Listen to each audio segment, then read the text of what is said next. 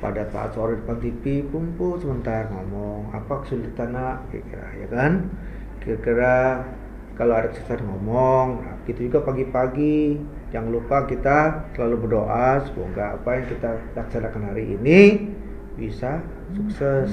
Itu jadi kita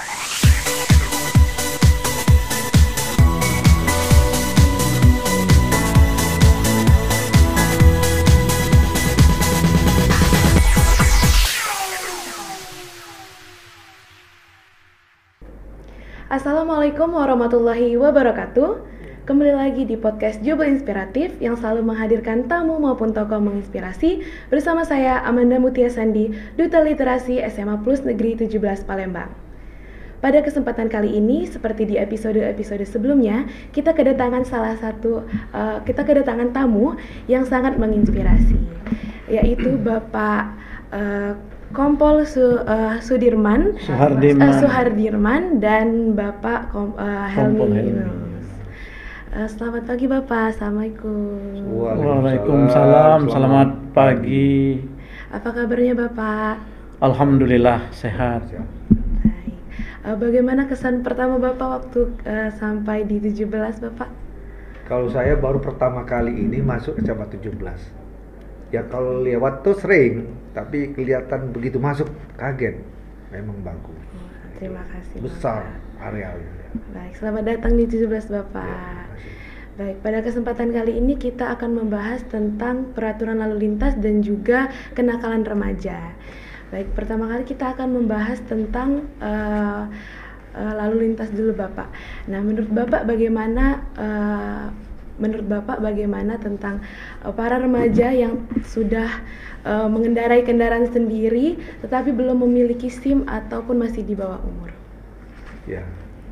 Baik, terima kasih pertanyaannya.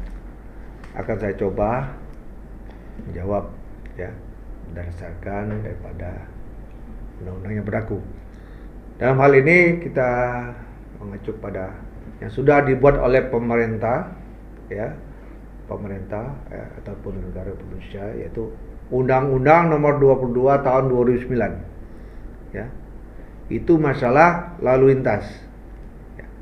Kalau masalah lalu lintas itu memang tempat lewatnya hilir mudik, perpindahan kendaraan, perpindahan orang, perpindahan barang dan sebagainya ya dengan menggunakan ruang lalu lintas.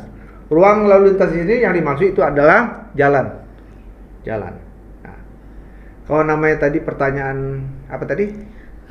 Tentang bahwa anak di bawah umur. Oh, anak di bawah umur. Anak di bawah umur itu pemikirannya belum stabil, ya. Itu lihat sendiri kalau dia pakai kendaraan jalan, kebut kan main. Saya pikir anak siapa ini, ya? Itu udah jelas perhatian orang tuanya lemah. Iya. Nanti kalau anaknya sudah mati, terkapar jalan, nangis baru. Ya, itu yang saya lihat peranan orang tua itu penting. Jangan dari kecil kita biarkan, ya, apalagi dewasa, pasti dilawan oleh anak. Dari kecil itu akan dididik anak supaya anak segan orang tua. Ya, kalau saya sebagai orang tua, saya bilang jangan bawa kendaraan. Jangan, tidak berani. Kunci ambil. Tapi kalau saya perintah, tolonglah nak pergi sebentar pakai kendaraan, kita izinkan, nggak ada masalah ya kan. Nah itu karena di situ ada pasal yang mengatur dalam Undang-Undang Nomor 22 Tahun 2009 itu ada pasal yang mengatur ya anak di bawah umur itu tidak memiliki SIM ya. Nah, tadi saya bilang di aula tadi ya di depan 660 murid SMA 17 saya bilang bahwa kalian ini memiliki SIM kendaraan bermotor apabila kalian kelas 2, itu pun kalau kalian SD-nya masuk umur 6 tahun. Kelas 2 pasti dibuat ke orang tuanya. Iya. Tapi kalau mobil, dia pasti umur 18, dia kelas 3, kelas 12 ya? Iya, kelas nah 12. Itu, apakah mungkin? Ya kan? Dalam waktu macam itu, jelas mereka semua yang bawa pasti tidak memiliki SIM. Iya. Tapi kami juga tadi jelaskan Pak Adiman, bahwa itu pelanggaran. Itu tergantung kami di lapangan. Kalaupun dia memakai helm ya, udah pakai sekolah tidak pakai helm lagi, ya kan? Oh, iya. Tidak pakai plat nomor, ngampuk ujung Lembang deh. Mencolok.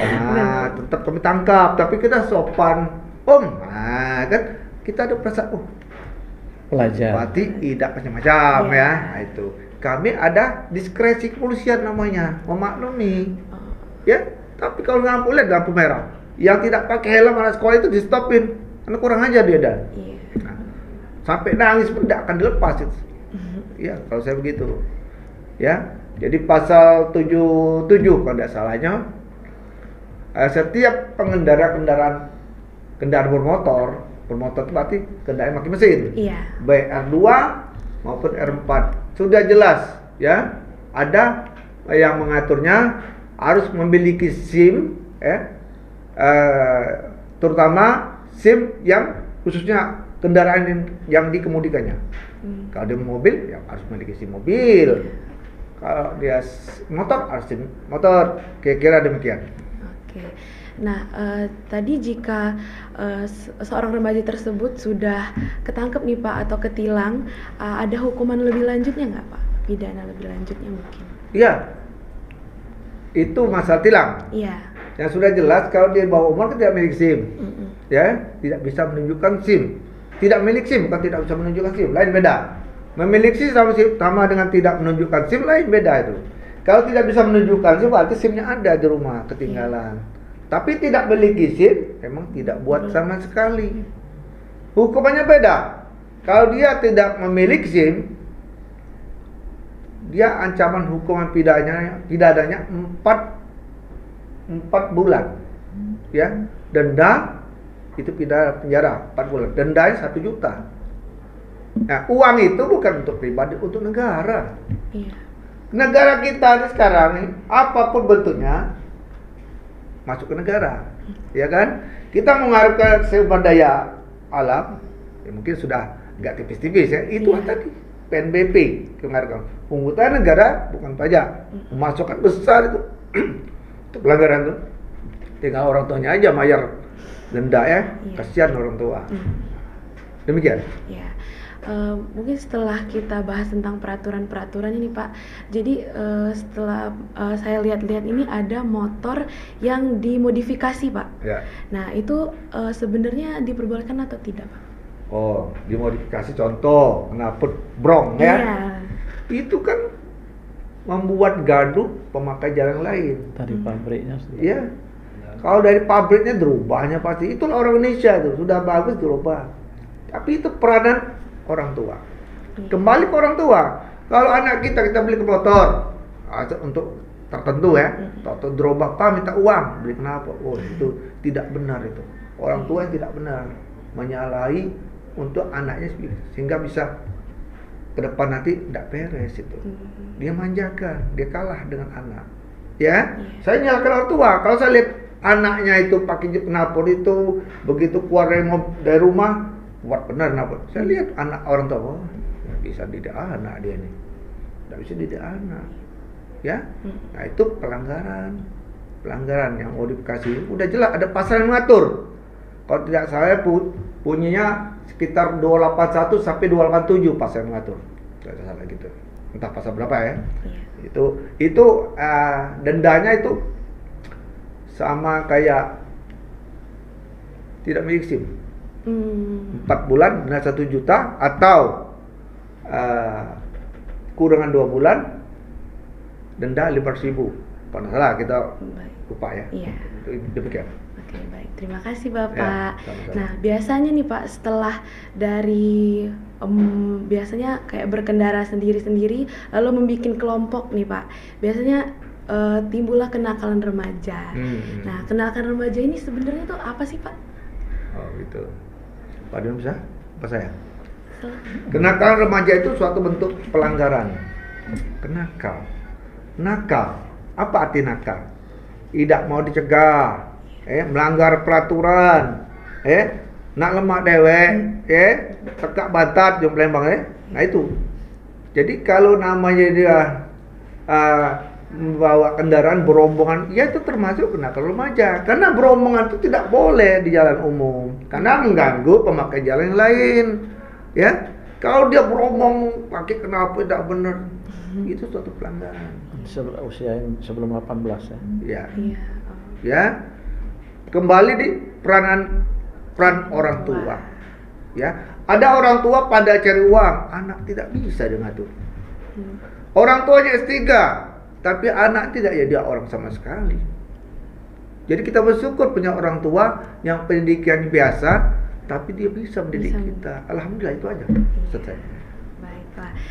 Sekarang ini lagi viral-viralnya berita tentang pembulian, Bapak. Boleh dijelasin nggak sih Pak tentang bullying ini, definisinya apa, Pak? Baik, terima kasih. Bullying atau bully atau perundungan adalah tindakan agresif yang dilakukan secara berulang, yang dilakukan satu kelompok pada individu tertentu. Bullying biasanya ditunjukkan untuk individu yang lemah, ya, berbeda kelompok, dan kebanyakan dilakukan lebih dari satu orang untuk pelakunya. Bully ini ada bentuk-bentuknya sendiri nggak, Pak? Ya, bullying ada 4 ya, ada 4 bentuknya. Ada bullying pelecehan verbal, ada bullying pelecehan fisik, ada bullying pelecehan sosial, ada pelecehan emosional ya. Kalau verbal itu pelecehan berupa tindakan menghina, mencela, mengancam atau melecehkan korban dengan kata-kata yang merendahkan atau menyakiti ya. Itu kalau di pidana umum untuk dewasa 335 ya, tindakan tidak menyenangkan dengan ancaman 1 tahun kurungan atau penjara. Kemudian pelecehan fisik ya, adalah tindakan kekerasan fisik seperti melakukan pemukulan ya, menjambak rambut, menganiaya ya, seperti yang lagi viral sekarang kejadian di Cilacap ya. Ada pasal yang mengaturnya, pasal untuk dewasa 352 ya, dengan ancaman penjara 8 bulan atau lebih. Kemudian pasal 351 ancamannya penjara 2 tahun 8 bulan sampai 5 tahun ke atas. Kemudian ada juga ke 170 secara bersama-sama ya, melakukan penganiayaan, ancamannya juga penjara di atas 7 tahun. Kemudian pelecehan sosial ya, berupa tindakan mengisolasi atau menyebarkan gosip atau fitnah tentang korban. Pelaku juga memanfaatkan media sosial atau teknologi untuk menyebarkan pesan negatif tentang korban. Itu ini. Kemudian ada pelecehan emosional, menyebabkan stres atau kecemasan atau ketakutan pada korban melalui ancaman, intimidasi atau penghinaan. Ini terjadi juga ya, lagi viral juga di Jakarta. Salah satu siswa SD apa SMP di Jakarta yang loncat dari gedung sekolah lantai 4 yang mengakibatkan meninggal dunia. Itu pelecehan emosional. Mungkin itu. Baik. Tadi Bapak berbicara tentang hukuman, Pak. Jika yang pelaku perundungan tersebut merupakan anak di bawah umur, apakah ada hukumannya, Pak? Untuk anak di bawah umur ada undang-undang tersendiri, ada undang-undang perlindungan anak ya. Pelaku kekerasan terhadap anak ya, dengan pelaku ini bisa dijerat dengan pasal 80 ayat 1 junto pasal 76C Undang-Undang 35 tahun 2004 tentang perlindungan anak, dengan ancaman pidananya 3 tahun penjara untuk anak-anak itu. Untuk anak-anak. Iya. Jadi anak-anak juga mendapatkan pidana. Iya. Iya. Tapi tidak semua permasalahan bullying harus sampai ke pengadilan ya. Tergantung, kalau dilakukan di sekolah mungkin bisa diselesaikan secara kekeluargaan oleh pihak sekolah ya, dengan mengundang atau memanggil kedua orang tua ya, baik orang tua korban maupun orang tua pelaku untuk diselesaikan ya secara kekeluargaan. Kalaupun harus sampai ke kantor polisi ya, itu alternatif terakhir. Kalau memang tidak ada kesepakatan. Kalau ada kesepakatan akan alangkah lebih baiknya bisa diselesaikan secara kekeluargaan. Kalau sudah sampai ke proses pengadilan, ya mau tidak mau, suka tidak suka, pelakunya harus menjalani hukuman. Apalagi sampai korbannya cacat atau meninggal dunia. Oke. Nah, jika orang di sekitar saya mengalami menjadi korban dari perundungan, hal apa yang pertama kali harus saya lakukan nih Pak? Pertama ya harus segera dilaporkan. Laporkan kalau di sekolah ya laporkan ke sekolah. Kalau sampai di rumah laporkan kepada orang tua, atau jalan terakhir kita laporkan ke petugas kepolisian. Ya. Kalau memang akibat bullying fisik mengakibatkan korban cacat atau ini ya kita pidanakan, laporkan. Sudah jelas ancamannya. Jangan dibiarkan. Langkah kita yang terakhir kalau memang kita tidak bisa melawan waktu kita dibullying ya kita lari. Ada kesempatan kita untuk lari-lari. Biasanya pelaku bullying itu lebih dari satu orang, ya.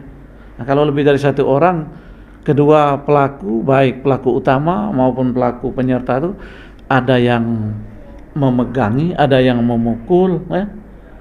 Nah, kesempatan kalau memang ada kesempatan korban untuk lari, ya lari. Kemudian segera laporkan. Itu saja.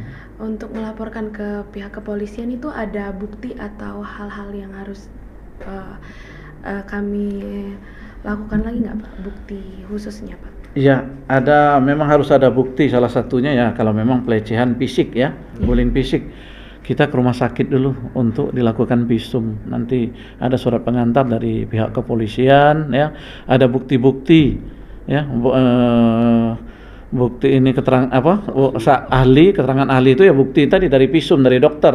Kemudian keterangan dari korban juga, keterangan ya, minimal ada 2 alat bukti ya, keterangan saksi, korban atau yang melihat, mendengarkan ya pada saat kejadian ya. Kemudian ada ahli itu berupa keterangan dari dokter berupa visum. Oke. Tadi ada kasus di Jakarta yang katanya lompat dari lantai 4 Pak.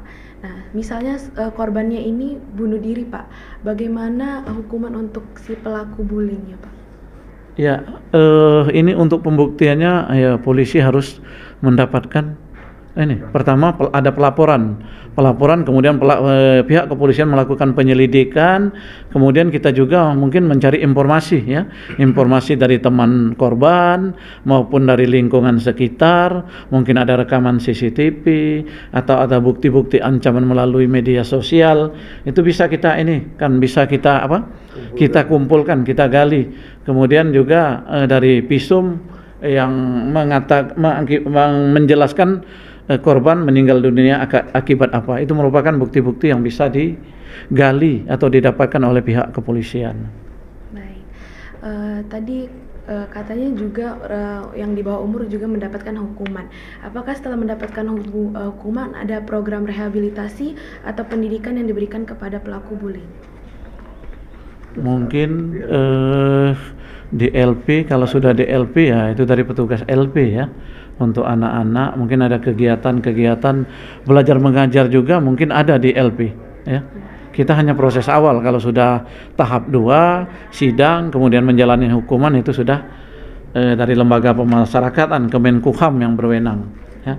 Kalau memang mengisi untuk kegiatan sehari-hari anak-anak tersebut, mungkin kegiatannya belajar atau ada kegiatan-kegiatan keterampilan yang lain bisa didapatkan di LP dari pihak Kemenkumham. Oke, baik. Sebelum kita akhiri sesi bincang-bincang kita hari ini, ada nggak pesan yang ingin disampaikan kepada sobat Jubel yang ada di rumah? Lalu lintas dulu.